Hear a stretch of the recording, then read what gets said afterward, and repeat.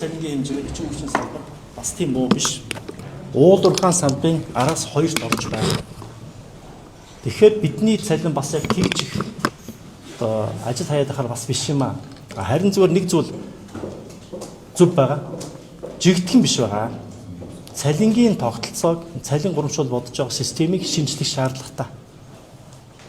Магадгүй зарим удирд халбан тушаалтын юм уу эсвэл бүтээмж муутай хэсэг дээр өндөр цалинтай байж идэг.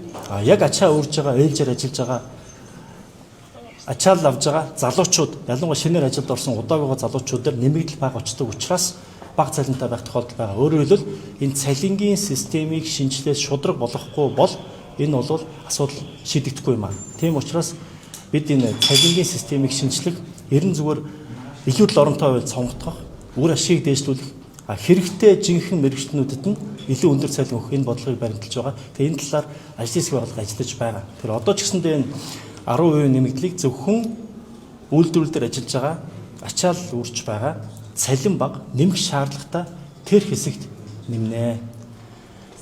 За 10%-ийг ер нь үйлдвэрчийн эвлэгт дэмжихгүй. Одоо ажил аялдаас юм ядаж 30% нэмэгдлийг 2 хуваалыг тийм санал тавьбал хүлээж авах боломжтой. За одоо би түрүү хэлсэн эрчим хүчний сайд болвол цалин шийдэл суудаг төрийн албаны албан хаагчдыг ажиллуулж байгаа хүн биш ээ. Тэр мөнгө одоо болдог бол 30 байтугай 50% нэмэл явчмаар байна. Тэр мөнгө хаана байна аа? За тэр орлого хаана байна аа? Энэ орлогыг компаниуд бий болгох ёстой. Компани захирлуудын ажлыг өндөө бол ашигтай ажиллах ёстой. Хэрэггүй оронтой бол хасах ёстой. Энэ компани гүйцэтгэл удирдлагын ажлаа. Тэгэхээр энэ ажлыг бас хангалтгүй хийж ирсэн үнэн. Тэгэхээр одоо энэ чиглэлээр илүү шаардлага тавьж ажиллана. Тэгэхээр компани хэн хэдэн төгрөгийн цалин өгөх, аль зардлаа хэмнэх, ер нь хэдэн хүнтэй ажиллахыг шийдэх ёстой. Түүнээс биш хавтгайруулан бүгдэнд нь одоо жишээл 20 сая төгрөгийн цалин авч байгаа хүнд 10% нэмэх, 2 сая төгрөгийн цалин авч бол 10% нэмэх ялгаа тавьж энэ бол байж болохгүй зүйл. Тэгэхээр энэний ялгааг арилгахын тулд цалингийн системийг өөрчлөе гэж байгаа. За үйлдвэрчний хөлөө тийм шаардлага тавьж байгаа. Бидний зүгээс одоо миний зүгээс юу асууж байгаа гэхээр за тэр үнэхээр бага цалин авж байгаа яг хэн байна аа? Тодорхой судалгаа гаргаад ирээ. Тэрэн дээр анхаарч ажиллая гэсэн. Одоохондоо хариу байхгүй байгаа. Тэгээ бүгдэнд нь хавтгаруулж нэмэх юм уу?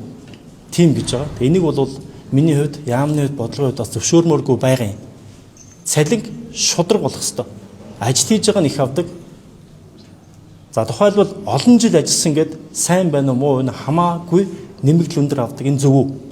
Эсвэл сайн ажиллаж байгаа залуу болсон хүчин яагаад өндөр цалин авч чадахгүй вэ? Гэх мэтлэн бидэд бодох зүйл байгаа юм аа. Тэгэхээр энэ дээр улс суурьтай системийг нь өөрчлөхгүй болвол цоорхоо сав руу хийдэг шиг үр ашиггүй зардал урсах магадaltaй юм аа. Тийм болохоор цалин мөнгө ерэн зүгээр ажилчдын асуудлыг шийдэхин тулд тооцоо сулгаа сайн хэрэгтэй. Нэгдүгээр, хоёрдугаарт зөвхөн цалингийн асуудлаас биш ээ. Бид нар үйлдвэрчний хөвлийг өргөж байгаа. Бидэртэй хамтарч ажиллаа. Салбарыг бүхлээр нь иж хүрнээ шинжлэх бодлого явж байна. Одоо бид бие биендээ шаардлага тавиад хоёр талд, гурван талд гарцуух цаг биш ээ. Энэ салбарыг өндөөдөхийн тулд хамтарч ажиллах ёстой. Цалингийн системийг шудраг болгох ёстой. Цалингаас гадна бас ажилчдад асуудал байна шүү. Нийгмийн асуудал байна.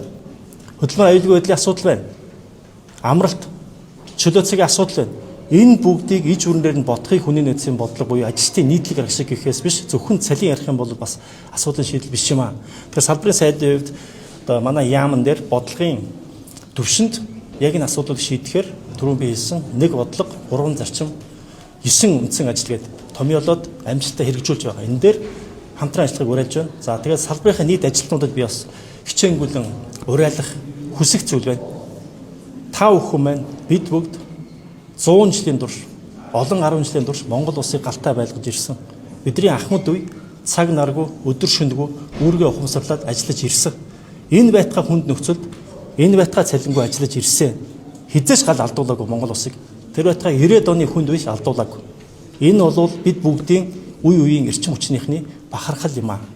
Цаашдаа Монгол улсын эрчим хүчний салбар ч гэсэндээ иймэрхүү зүйл торох ёсгүй.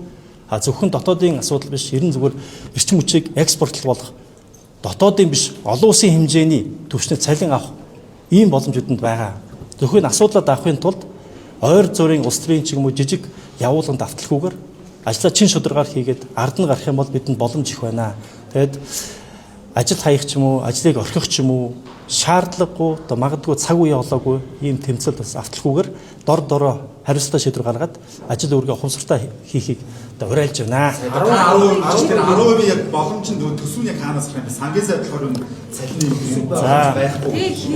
За энэ бол ийм компани өөр ашиг нэмэгдүүлэхийн тулд бодлого барьж байгаа юм яг бодиттой юу юм бэ? Ерөнхий хэмээр хэлээ. Хизэнээс нь за жишээлбэл ийм энэ бол би хэлсэн төсвийн байгууллага биш учраас төсвийг одоо компаниудаас гарна гэсэн үг шүү дээ. Өөрөөр хэлбэл одоо иргэдээс цуглуулж байгаа төлбөр тооцооноос тодорхой хэмжээний зардлыг твчээд цалин нэмэхэд зарцуулна л гэсэн үг. Өөрөөр хэлбэл тэр баг шиг орлогоо цалин нэмэхэд 10% зарцуулна гэсэн үг. Гэтэ энийг бол энэ удаадаа бол бас болно гэж бодож байгаа. Хамгийн гол нь хавтгааруулж нэмж болохгүй. Үр ашигын дэвшлүүлэхийн тулд тооцоо судалгаа хийж хагаад яг хэрэгтэй газар нь нэмэх ёстой. хизэнээс нь За энэ нэмэгдлийг 7 сарын 1-ээс тооцож байна. Яаж цалин? За тэр бол яг зөв асуулт. Алдагдaltaй ажиллаж байгаа. Алдагдaltaй ажиллаж байгаа компанийн ерөн салбарын цалингаа нэмж болно. Алдагдал нэмэгдэн шүү дээ. 5%-аар одоо цалгааны үнийг нэмээд юу ямар асуудал шийдсэн бэ? Энд юу гас саргалгаа яаж зүгдэж чадах вэ? За үн тарифтай холбоотой юм асууж байгаа шиг байна. Эрчим хүчний салбар үйлдвэрлэж байгаа өртгөөсөө бага үнээрээ эрчим хүчийг зардаг. Энийг эрчим хүчний зохицуулахаас тогтоож өгсөн үнэ. За ингэж явах юм бол эрчим хүчний салбар хол явахгүй. Өөрөөр хэл Монгол улсын эдийн засгч явахгүй, Монгол улс урагшлахгүй. Тог хязгаарлалтаа, тог нь захиргааны чанаргүй ийм байх юм бол ямар юмных нь эдийн засгийн өсөлт, жижиг дунд үйлдвэрлэл, том бизнес хөрөнгө оруулалт байх үлээд. Тэгэхээр энэ талаар бол үн тарифтай холбоотой дөрвөлтэй шинжилгээ хийх ёстой. Нэгдүгээр өртөг бууруулах. Өртөг бууруулахын тулд та бүхэн хэлж байгаа тэр компаниудын зардлыг бууруулах. Үр ашгийг нэмэгдүүлэх, шаардлагагүй оронтой зардал, хулгай